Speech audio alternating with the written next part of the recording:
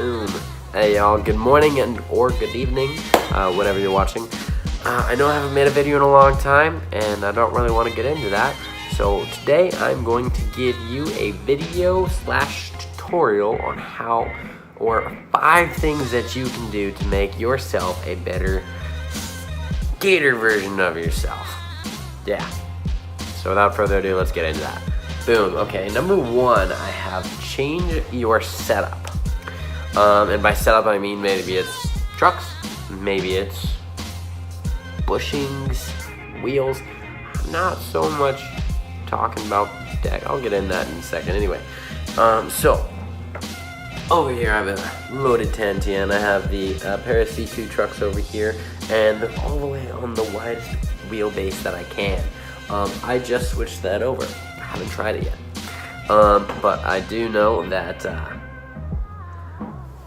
I don't know, sometimes you can kind of hinder yourself. Maybe it's not like a preferred setup that you like, and I don't know, maybe you haven't tried another setup. Either way, maybe it's really tight trucks, maybe it's loose trucks, maybe it's soft wheels, maybe it's hard wheels, maybe it's a hard bushing, maybe it's soft bushing that you like. Either way, if you go out and you change some of those things, you might like that one a little bit better. And when you are a little more comfortable on something and you like it a little bit better, you're more likely to succeed. Whereas, say you're riding really, really tight trucks, you're riding really, really hard wheels, and you're riding really, really tough bushing. May not like that. My personal preference is I like to keep everything balanced. Very, very, very balanced. On my free ride / downhill boards, say I have a really carvy truck, like the Paris V2s, those are very carvy. They also have a really wide bushing seat right here. This gives you a lot of turn. And I have a really hard, it's not really, really hard. They're orangutan bushings, they're all kind of soft. Anyway, the yellow is the toughest duro, the purple is the middleweight, and the orange is the softest. On the carvier truck, I have the yellow bushing. Give you a little boom, boom, there we go. And I have a really soft wheel. But at the same time, it's a really small soft wheel, just because I'm a tall, big person, and I don't want to get wheel bite. But at the same time, small, easier to slide. Soft, it's going to give you a little bit more traction, so you're probably not going to fall off as easily. Really carvy bushing, it's going to be, really carvy truck, it's going to be a little easier to initiate that slide. But you're also going to get a little more of a carvy feel. When you're carving really, really deep, you're going to be able to slide a little bit better. So all that to say, if you mix match stuff, maybe find out what you're into, and don't be afraid of switching them up.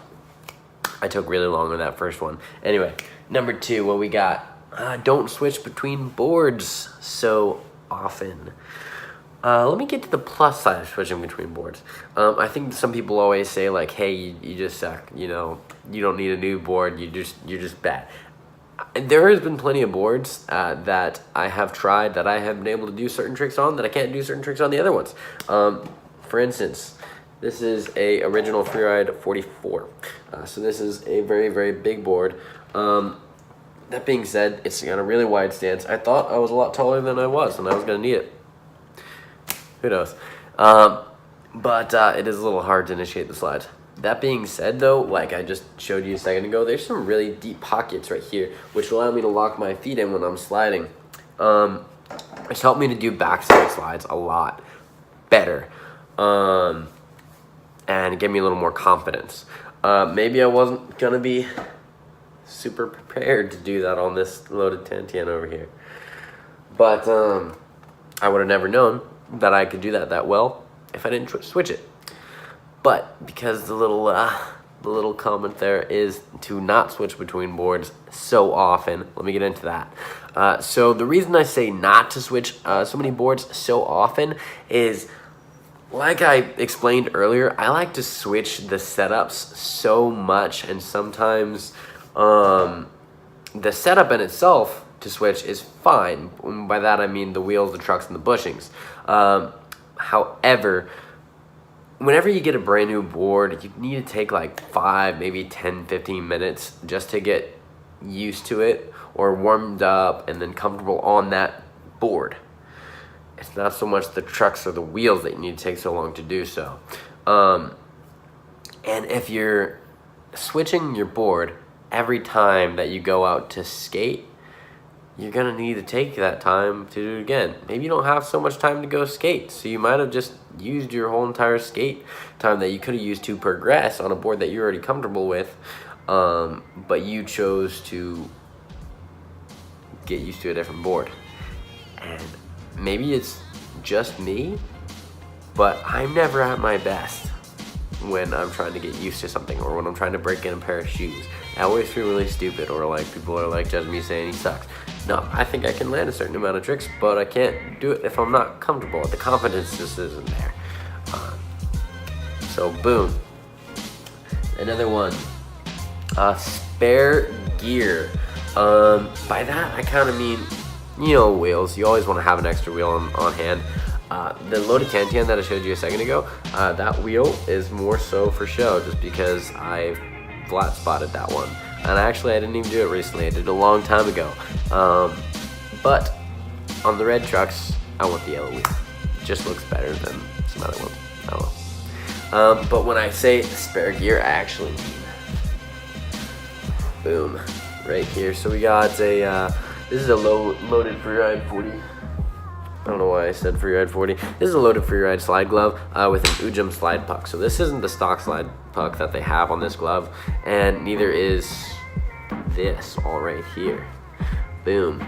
So usually they would have a little puck going across, a little puck on the thumb, and a little puck on the little palm right there. I like to take that off because I like free range of motion. Now this is my really good glove.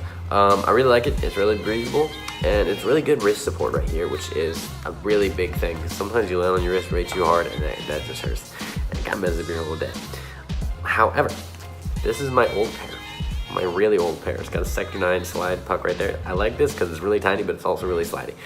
So this Ujum slide puck kind of slows me down a lot. This one definitely does not at all. The reason I use this a lot is because right now it's really hot, and sometimes when I go to grab my board to do like an early grab, my finger will slide around inside of the finger.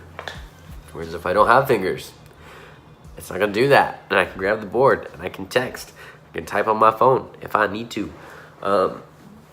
It's just a preference. The only thing that I will say with this is you cannot touch your fingers. When you go to slide, you kind of have to go like this, so you're not touching the ground, because you will burn fingers off, and that'll hurt. So spare gear is good. You don't want to be using this maybe like a full hand glove all the time of the year. Weather changes, it happens.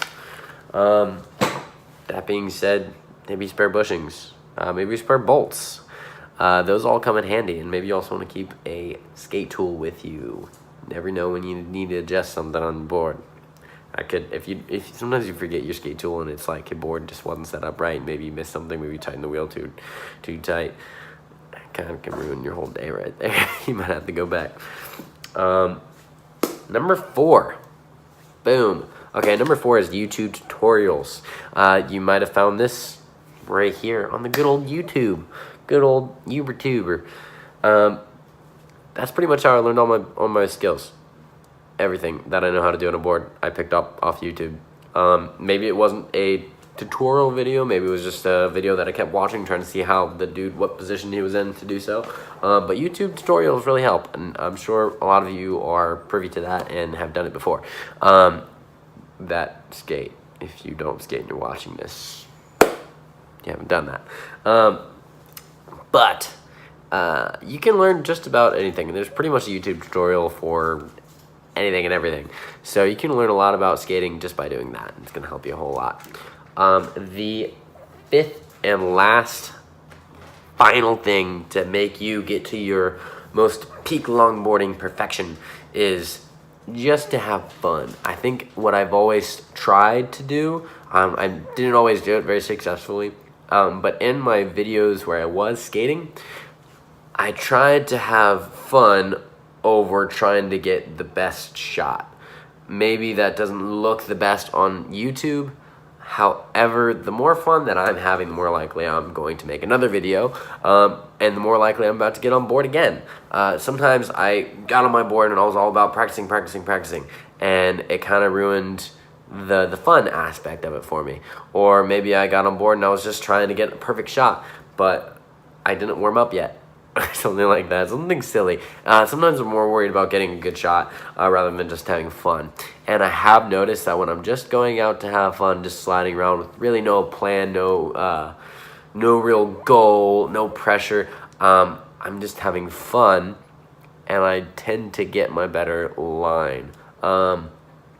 You actually might see when I was skating on one of my videos where I was kind of showing my specific runs that I like to do. Now that was at my dad's house, my old house. I actually live in a new apartment right now with my wife.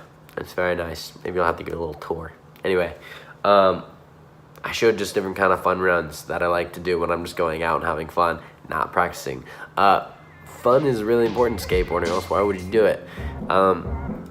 If you make it more about work, you won't. Anything other than that, I think we're good. Yeah. So, hey, you guys have a blessed day. I'll see you on the next video. Have a good one.